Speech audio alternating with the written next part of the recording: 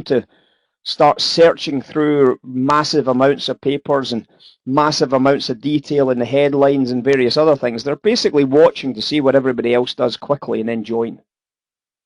Bad news, the price sells off. Bad news, the price sells off. Bad news, the price sells off and somebody buys it. Does everybody recognize that? Same bad news. Same bad news, but because it's now fully priced in, different response, different reaction. This is now determined to be bullish. So one of these key ideas here is this idea of the original point of origin.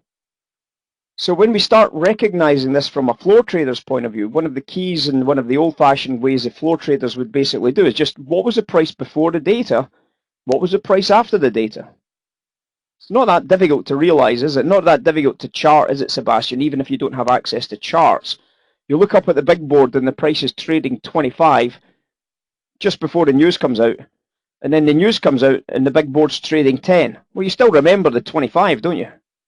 So if the price is trading 10 and it trades 9 and it trades 5 and it trades 0 and it trades 99 and it trades 95 and 95 and 90 zeros, you know it's bad news and it's a bad sell-off.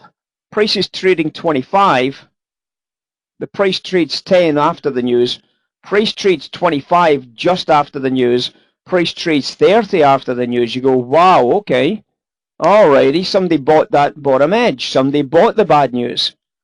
Well, that's probably the news now fully priced in, isn't it?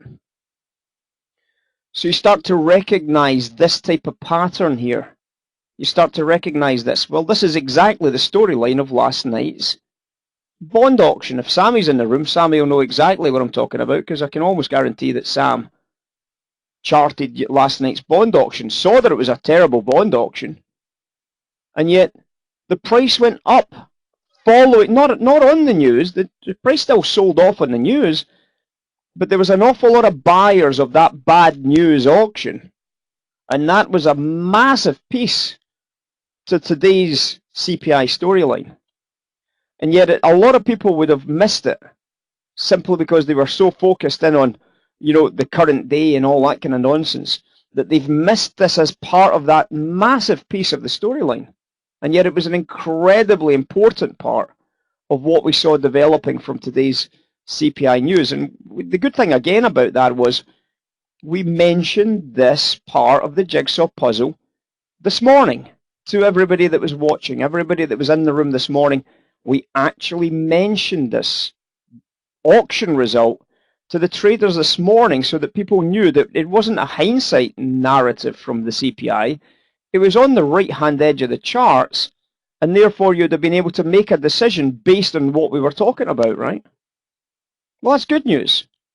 That's good news. It means that you're able to do it in the future should you see the same types of things evolving. And that means that you can get ahead of the curve. It means you can take a couple of gambles if it floats your boat, if it's your personality that you want to be involved in those types of trades. But again, called in advance, not in hindsight, in advance, because this is exactly what happened. Auction. Terrible bond auction here.